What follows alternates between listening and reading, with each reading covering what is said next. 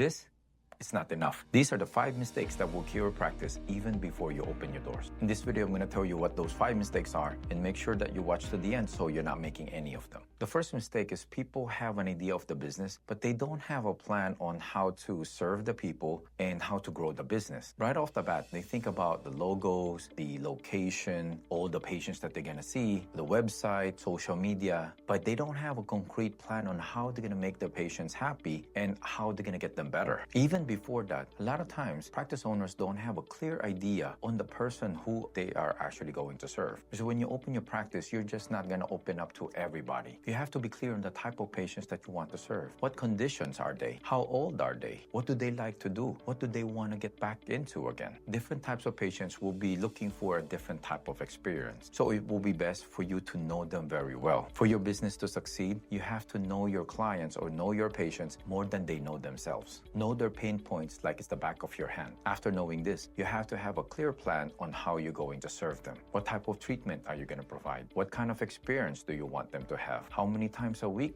do they want to see you? How many times a week do they have to see you? Once you're clear on this and you're serving your patients and giving them the best experience possible, your revenue will follow. Mistake number 2, thinking like a clinician and not as a CEO. Most of the time, healthcare practitioners get stuck in the technician mode, meaning they're doing all the work and seeing all the patients. They're afraid to delegate the work to other people. A lot of times, they're not knowledgeable in hiring or they don't have a lot of experience in it. Building a team becomes more of a headache rather than relief. The most important role of a CEO is to have the vision for the company, and you're doing all of the treatment and the admin work. You won't have the time or the bandwidth to do the visionary work. And the visionary work involves thinking of bigger things for your company. Remember, when you're building a business, it is not a solo journey. You'll need a team to support you along the way, and you have to learn leadership early for your business to succeed. Mistake number 3, hiring too late or hiring wrong. It is very common for practice owners to hire when you really need it already. But remember, when you're hiring someone, it takes time before you get that person in, and it takes even more time to get the person properly trained. So hiring when you really need it already, that means that you're hiring too late. You're not going to have the help in time for when you need it. You're going to be drowning in work already before the person can even come in and help you. Or because they're in desperation mode, they will just hire anybody that comes through the door, even if there's no values alignment. There's a joke in the medical field that goes, we will hire anybody with a pulse and a license, and the pulse is optional. That gives you an idea how desperate practice owners work. My biggest tip there is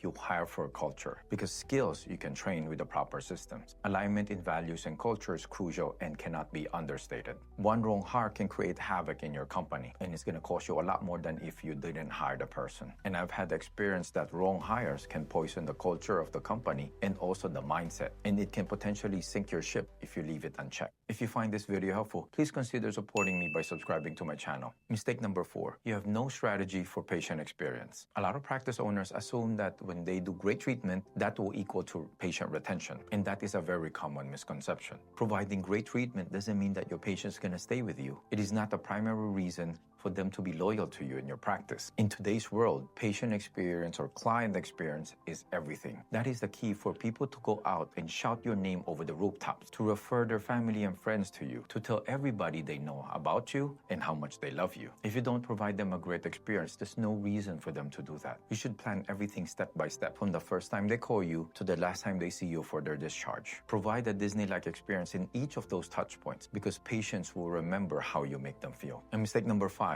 relying only on marketing. A lot of private practice owners, when they open the business, the first thing they have in mind is, how am I going to market my clinic? Do I use Facebook ads, Google ads, print ads, mailers, different types of marketing strategies? And it's not uncommon that practices spend a lot of money on these ads. But they're forgetting one thing. These ads won't mean anything if you don't provide a great experience and a great service. No one's going to talk about your practice if the results and the experience are just average or even less. Your practice is just going to be one of the many that's out there. It costs you more to attract new patients rather than to get your already existing patients to refer other people to you. And also, you get better quality patients if they're referred by somebody who have been to your practice already. The secret there is to get that word of mouth marketing working for you. And to get that started, you have to be able to deliver that wow experience in your practice. And if you're able to implement and leverage word of mouth marketing in your practice, you will find that your referrals will be steady and you'll be saving a lot of money instead of paying ads. You can download on the description below my guide on creating raving fans in your practice. Remember, you don't need to be perfect when you're starting off your business, but you do need to have a very clear plan and the mindset to run it like a real business. So watch the next video for more tips.